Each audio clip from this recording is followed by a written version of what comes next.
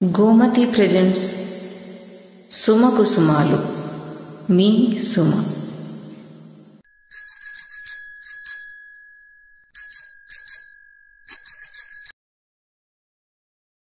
సుమచంద్ర ఆవిడ పేరు. గోమతి పేరుతో కథలు కవితలు రాస్తారు. ఆవిడ పరిచయం ఇక్కడ ఉంది.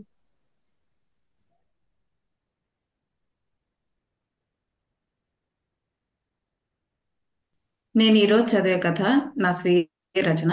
కథాకళ కోసమే ప్రత్యేకంగా రాసుకున్న కథ. కథ పేరు తరంగిణి.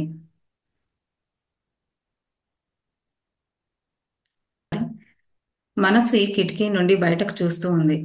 ఎందుకో కన్నీటి చెమ్మ ఉబికి తన బుగ్గల మీదకు జారింది. బెడ్రూమ్కి వెళ్ళి తన పెళ్లి ఆల్బం తీసింది.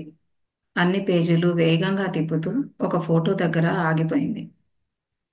పసుపు కుంకాలతో పచ్చని ముత్తైదువులా, ఆ ముత్తైదు జడలో పద్ధతిగా తురిమినట్లు కట్టిన పూలమాలతో, రాబోయే వసంతానికై ఎదురు చూస్తున్న మామిడి ఆకుల తోరణంతో ఉన్న ఇంటి గుమ్ము. అప్పుడే మేనమామ తొడిగిన మెట్టెలతో కొత్తగా ఏవో అలంకరణలు వచ్చాయని సిగ్గుతో ఎర్రబడిన గోరింట పండిన కుడిపాదాన్ని గుమ్మం బయట ఉంచి, మాఘమాస పరిమళాలు అద్దిన పూలదండ నిండుగా తన శరీరాన్ని హత్తుకొని పెళ్లి మండపానికి స్వాగతం పలుకుతుంటే, ఒక కంటిలో చెమ్మ, మరో కంటిలో కొత్త ఆశల వెలుగు నిండిన ఆ ఫోటోను చేతిలోకి తీసుకొని వెక్కి వెక్కి ఏడ్చింది మనస్వి. అలా ఎంతసేపు ఏడ్చిందో తెలియదు. లేచి మొహం కడుక్కుంది. అమ్మకు ఫోన్ చేసి మాట్లాడింది. తర్వాత ఆఫీస్లో ఉన్న భర్త భార్గవ్కి ఫోన్ చేసి మాట్లాడి ఊరికి రిజర్వేషన్ చేయమంది. ఇప్పుడు ఎందుకు ఇంత సడన్ గా అన్నాడు భార్గవ్. 2 రోజులు వెళ్ళొస్తాను భార్గవ్, నాకెందుకో దిగులుగా ఉంది అంది. భార్గవ్ రిజర్వేషన్ చేశాడు. మనస్వి ఊరికి బయలుదేరింది.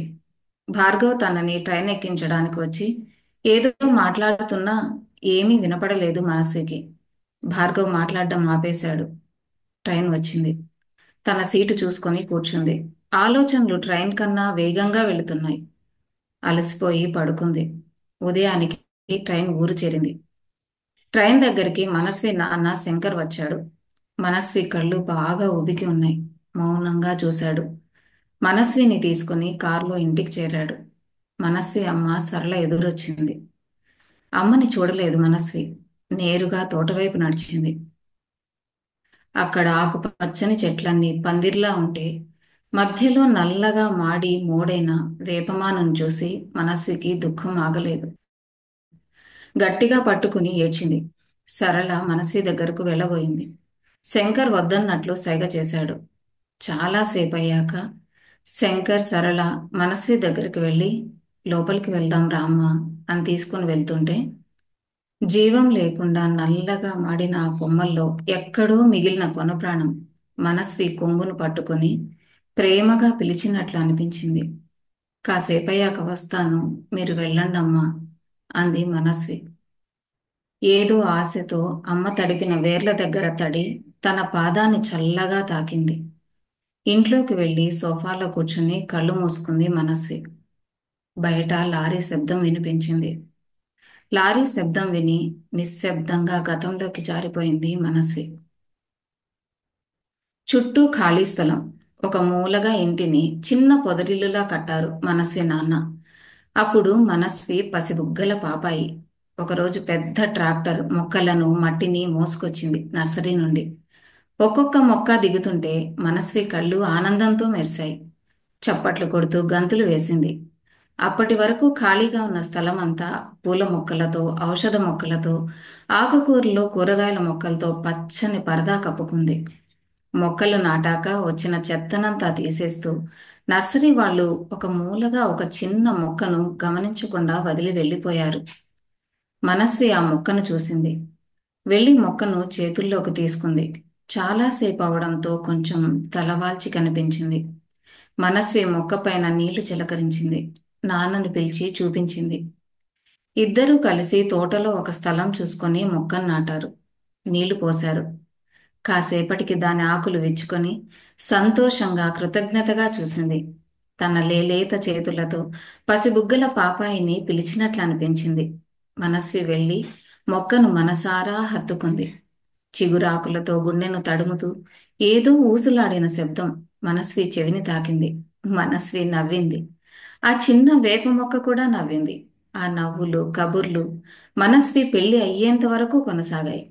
మనస్వితో మానసికంగా అల్లుకున్న బంధం మనస్వి పెళ్ళయి అత్తవారింటికి చేరగానే దిగులుతో కృంగిపోయింది. పున ప్రాణంతో కొట్టుమిట్టాడుతూ ఉంటే అమ్మ ఫోన్ చేసింది. అమ్మకు తెలుసు వారి మధ్య బంధం. అందుకే అంత పరుగున వచ్చింది మనస్వి. నాన్న శంకర్ మనస్విని పిలిచాడు. ఆలోచనల నుండి తేరుకొని బయటకు నడిచింది. పెద్ద లారీ ఇంటి బయట ఉంది. చెట్టును వేర్లతో సహా పెకిలించి క్రేన్స్ సహాయంతో లారీలో పెడుతున్నారు. వేప చెట్టు తల ఊపుతూ సెలవు తీసుకుంటున్నట్లు అనిపించింది మనస్వికి. గుండె బరువు ఎక్కింది. లారీ వెళ్ళిపోయింది. శంకర్ కొత్త మొక్కను మనస్వి చేతిలో పెట్టాడు. లేదు నాన్న, మీరే నాటండి అని ఇంటిలోకి నడిచింది మనస్వి. తనతో తెచ్చుకున్న బట్టల బ్యాగ్ తెచ్చింది. అందులో తనను పెళ్లి కూతురుగా చేసి పెళ్లి మండపానికి బయలుదేరుతున్నప్పుడు తీసిన ఆ ఫోటోను ఒకసారి బయటకు తీసింది. ఆ ఫోటోలో మూలగా తొంగి చూస్తున్న వేప చెట్టు కొమ్మలు. వాటిని ప్రేమగా చేతితో అలా తడిమింది. కొన్ని నెలల తర్వాత మనస్వి నాన్న శంకర్ ఫోన్ చేశాడు. తాను హైదరాబాద్ వచ్చాను అని లొకేషన్ పంపిస్తాను రమ్మని చెప్పగానే ఇంటికి రాకుండా ఎక్కడో దిగడం ఏంటి నాన్న అంది మనస్వి. వస్తాలేమ్మా, ముందు నువ్వు త్వరగా రా అని ఫోన్ పెట్టేశాడు. రూట్ మ్యాప్ పెట్టుకొని వెళ్ళింది మనస్వి. అది హైదరాబాద్ శివార్లో ఉన్న 8 ఎకరాల ఫామ్ హౌస్. అక్కడికి చేరగానే రోడ్డుపైనే మనస్వి కోసం ఎదురు చూస్తున్న శంకర్ తనని లోపలికి తీసుకుని వెళ్ళాడు. ఇది ఎవరి ఫామ్ హౌస్ నాన్న అని అడిగింది. మనదే అమ్మా, నీకోసమే కొన్నాను. ఇక నుండి ఇది నీదే అని ఫామ్ హౌస్ తాళం చెవులు చేతిలో పెట్టి మనస్వి కళ్ళను 2 అరచేతులతో మూసి ముందుకు నడిపించాడు. కొంత దూరం వెళ్ళాక అరచేతులను కళ్ళపై నుండి అడ్డు తొలగించాడు శంకర్. మనస్వి ఎదురుగా వేప చెట్టు. ఆ చెట్టు పైన తన రూపం చెక్కి ఉంది. ఆశ్చర్య ఆనందాలతో పరిగెత్తుకుంటూ వెళ్లి గట్టిగా హత్తుకుంది. వేప చెట్టు ఆకులు నిశ్శబ్ద సవడి చేశాయి. ఆ నిశ్శబ్ద ప్రేమ తరంగిణిలా మనస్వి గుండెను చుట్టేసింది. ఇదండి నా కథ. ధన్యవాదాలు.